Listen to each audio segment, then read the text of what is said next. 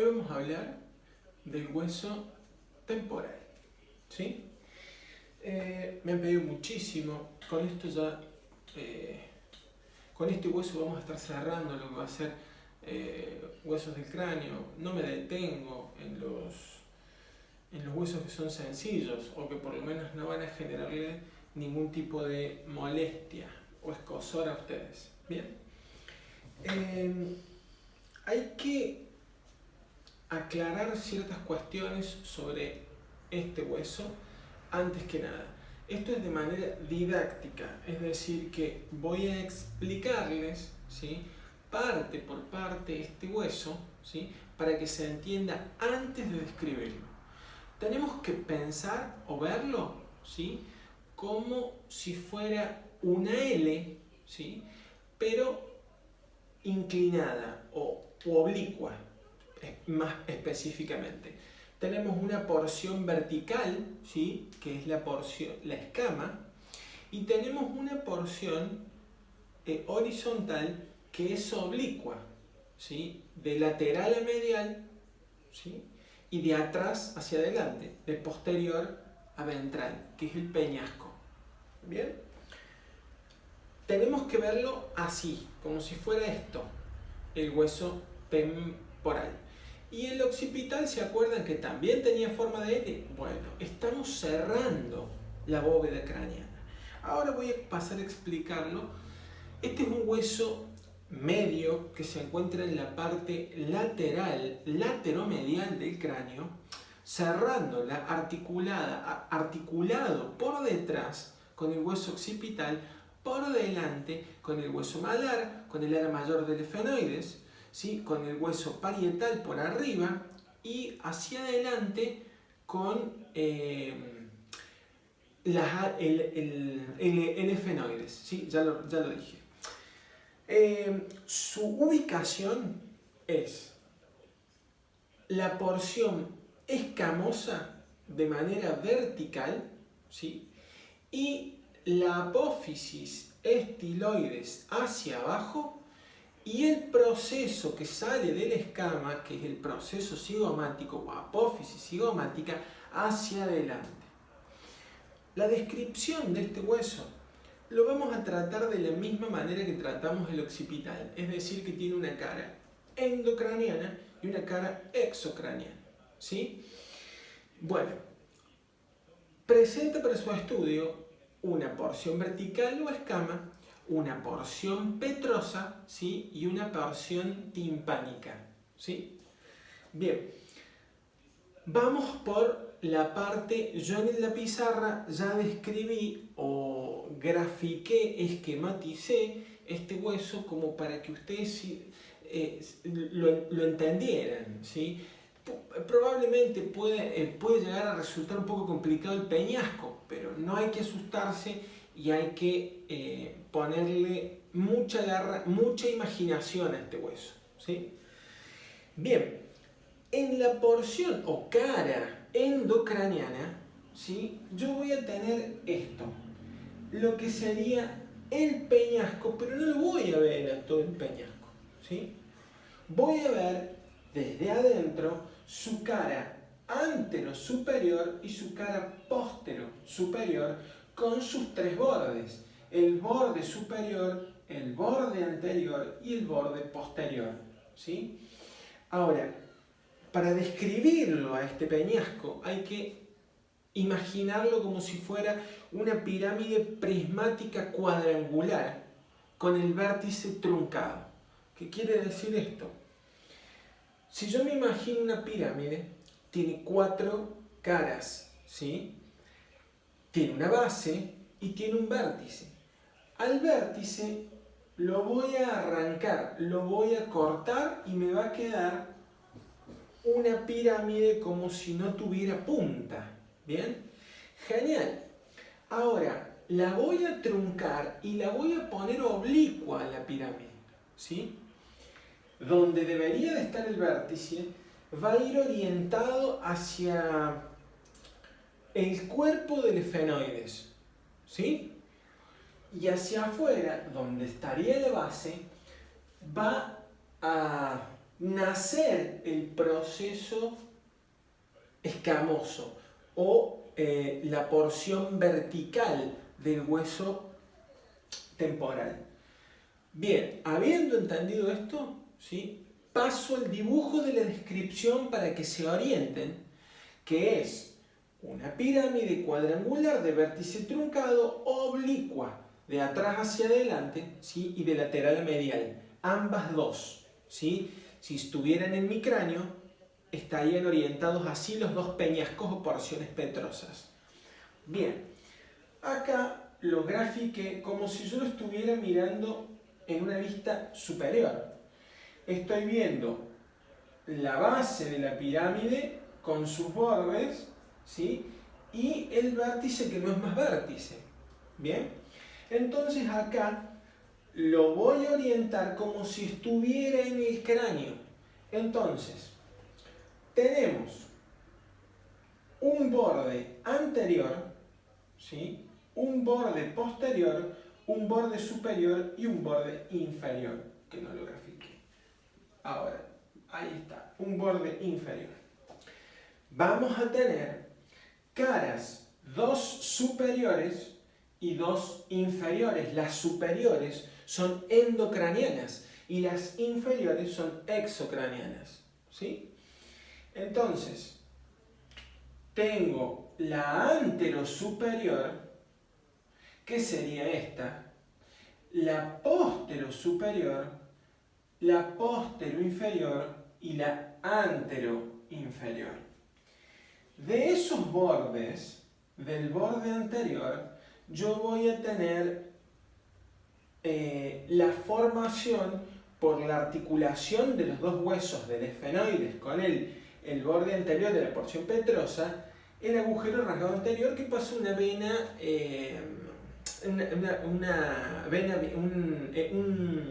una arteria viviana, ¿sí? Y por el borde posterior de la porción petrosa del hueso temporal, articulada con el hueso occipital, se me va a formar el agujero rasgado posterior, ¿sí? Que esta es una pregunta de examen y está dividido en dos partes, una porción medial y una porción lateral. El agujero por una línea, un ligamento, que si mal no recuerdo es el ligamento de Sim, que divide una porción medial donde se encuentra el noveno par craneal y el seno petroso inferior, ¿sí? Y por detrás, detrás y lateralmente se va a encontrar el décimo par craneal, el 11º par craneal y la vena yugular interna. Es muy preguntado ese agujero. Y con esto vamos completando, ¿sí?, el otro apartado del cronograma de anatomía, que son agujeros de la base del cráneo, ¿sí? No hemos visto todos, pero estamos viendo la mayoría. Ahora, el borde inferior y el borde superior. En el borde superior, ¿sí?, yo voy a tener el seno petroso superior. Si yo digo que este es el borde superior, que es este, yo voy a tener el seno petroso superior. ¿Qué me va a pasar por el borde posterior? Si acá tengo el superior, porque está más arriba, que es el seno petroso superior, aquí yo tengo el seno petroso inferior. Y si ustedes recuerdan, yo dije que el seno petroso inferior pasaba por el agujero rasgado posterior, que es este simbólicamente. Y este es el agujero rasgado anterior.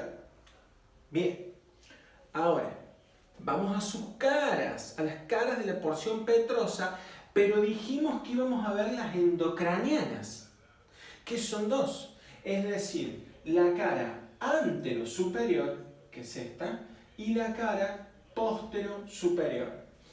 Desde medial a lateral, porque recuerden que aquí estaría el cuerpo del esfenoides, de medial a lateral, me encuentro con la fosita gasseriana que va a alojarme el ganglio de Gasser, que es un que va a tener actividad sensitiva y motora del nervio trigémino, ¿sí? El ganglio de Gasser. Hacia lateral voy a tener los 4 hiatos de Falopio, ¿sí? Hacia afuera voy a tener el tegmen tympani, que lo simbolicé de manera cuadrilátera, no porque sea cuadrilátero, simplemente para que sea didáctico.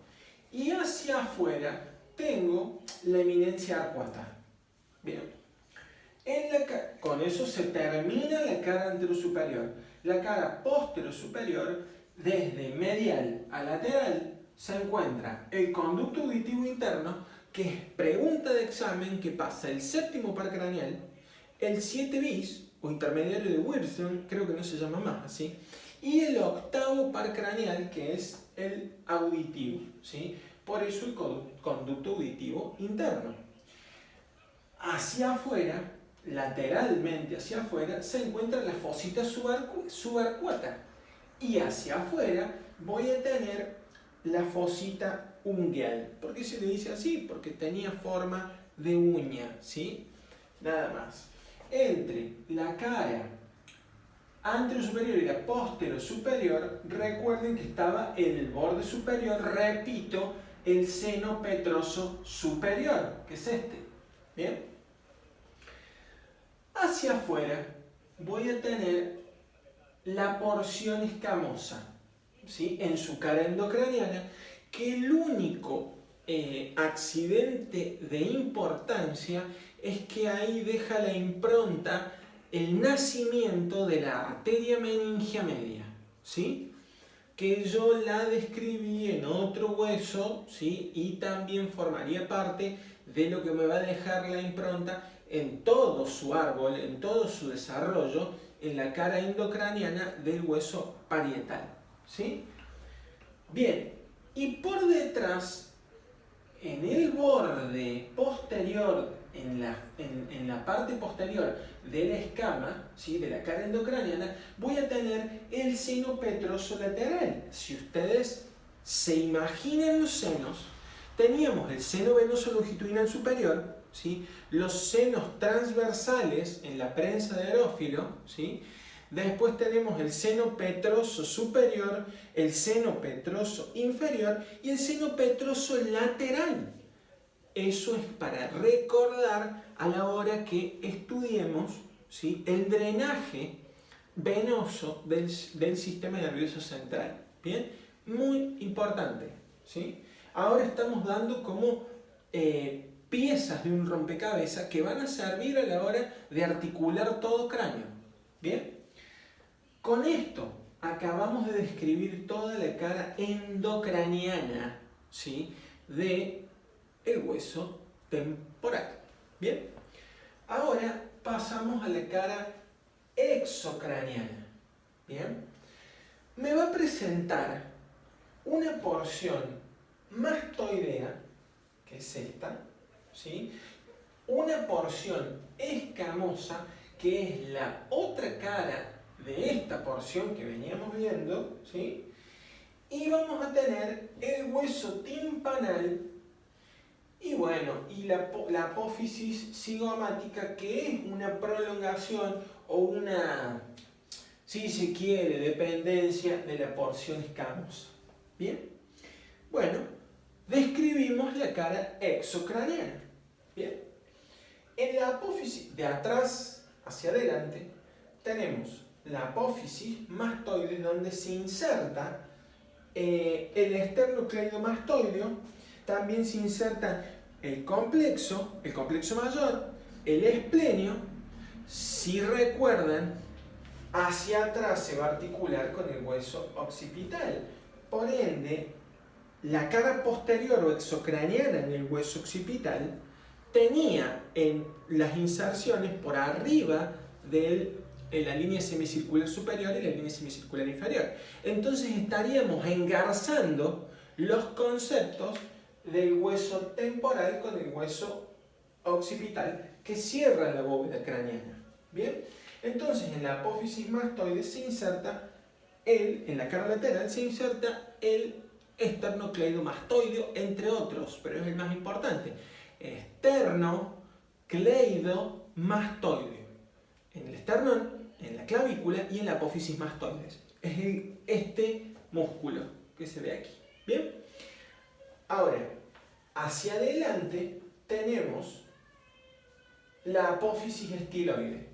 Que la apófisis estiloide se inserta, acá se inserta un grupo de músculos y ligamentos que son el ramillete de Rheolano, que aquí lo he detallado, que son el ligamento estiloideo y el ligamento estilomaxilar, más 3 músculos que son el músculo estiloideo, el estilogloso y el estilofaringio. ¿Bien? Todos ellos comprenden el ramillete de Rheolano, una antigua denominación muy preguntada. ¿Sí? Por delante voy a tener delimitado, ¿sí?, en el conducto auditivo externo. Se solía hacer una pregunta cuando la cátedra sabía preguntar en un múltiple opción qué pasaba por el conducto auditivo externo. Una columna de aire es lo que pasa por la oreja. ¿Sí? ¿Cómo está delimitado este conducto auditivo externo? La pared posterior, la pared inferior y la pared anterior por el hueso timpanal. Y la pared superior está delimitada, ¿sí?, por la escama, es decir, específicamente por la apófisis, el proceso cigomático. ¿Bien? Obviamente, por delante se va a encontrar el tubérculo cigomático posterior. Y por delante la cavidad glenoidea, ¿sí?, que se divide en 2. La vamos a ver en la parte exocraniana, ¿sí?, en las porciones articulares y no articulares. Por delante tengo el tubérculo cigomático anterior. ¿Sí? Esto formaría parte del borde inferior de la apófisis cigomática del hueso temporal. Este borde inferior se inserta el macetero y en el borde superior se inserta la aponeurosis del músculo temporal. ¿Bien? Y para repasar, en los bordes hacia atrás, en los bordes de la escama, es decir, ¿con quién articula? Hacia adelante con el ala mayor del efenoides, hacia arriba con el parietal y hacia posterior con el hueso occipital. ¿Bien? Perfecto. Acabamos de describir, si no me olvide más nada, el endocráneo y el exocráneo del hueso temporal. ¿Sí? Me está faltando la porción inferior. ¿De quién? Del hueso temporal.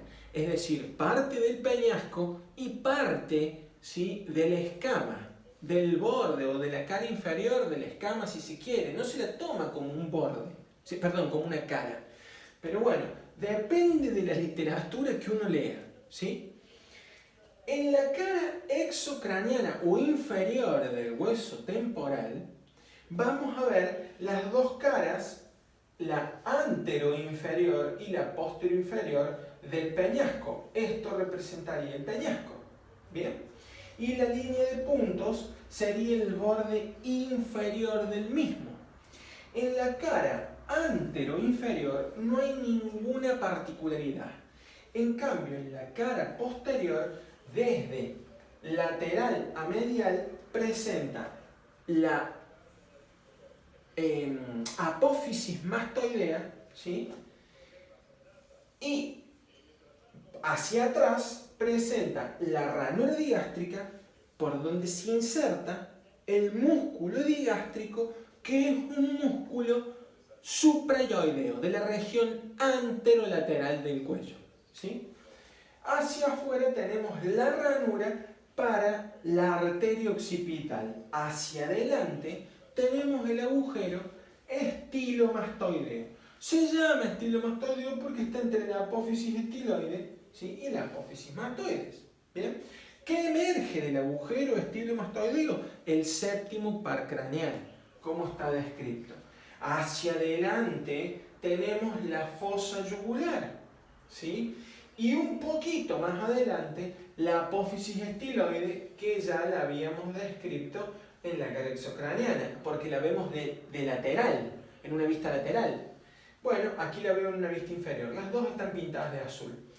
Sigo hacia medial y me encuentro con el orificio del conducto carotídeo, ¿sí? ¿Por qué es importante este conducto carotídeo? Porque por ahí pasa, ¿sí?, la carótida interna, ¿sí? Muy preguntado ese orificio. Bien, ahora vamos a la porción escamosa, que sería esta porción anterior, ¿sí? Bien, tenemos en su base lo que sería la porción, la cavidad glenoidea, ¿sí?, que va a articular con los cóndilos de la porción ascendente del maxilar inferior. Esta cavidad glenoidea está dividida en dos por la cisura de Glaser. La cisura de Glaser me divide la porción anterior articular de la porción posterior no articular, ¿sí? Y por la cisura de Glaser emerge la cuerda del tímpano, que es rama del séptimo par craneal, ¿sí? Y hacia adelante de la porción articular tenemos el cóndilo, ¿sí?, de la porción escamosa del hueso temporal. Bien, para terminar, hacia afuera emerge, surge la porción o el proceso cigomático que lo habíamos descrito en la cara lateral. Sin más, me despido. Verán que este es un hueso fácil, sencillo. Pueden haber dudas, pero no hay mucho como para volverse loco ni decir, esto es imposible. Creo que ha quedado claro. Cualquier duda me la escriben, me la mandan, y siempre es un placer acercarme con este tipo de videos. No se olviden de darle likes, compartir el video, ¿sí? Y un beso grande. Chau, chau.